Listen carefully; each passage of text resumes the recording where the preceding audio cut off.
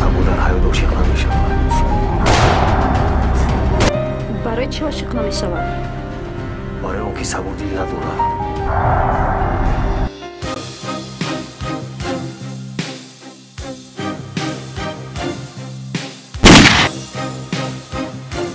اول جانی تو را میگیرم، بعدا کودکم را گرفته و استانبول میبرم.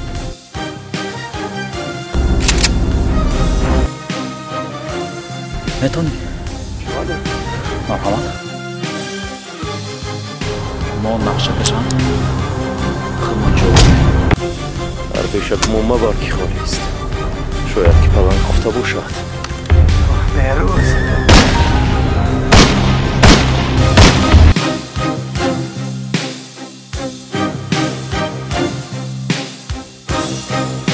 تو کی؟ ما همون دختری که با تمام وجودش تو رو دوست داشت ولی با محبتش نامردانه بازی کردی. همون نادیه‌ای که با تو باور کرد ولی تو اثبات کردی که باید در زندگی با کسی و چیزی باور نکنی. اندازه‌ای که غیر از انتقام گرفتن دیگر کسی و چیزی رو نمیخواهد. همون نادیه‌ای که قصاص برادرانش رو از تو خواهد گرفت.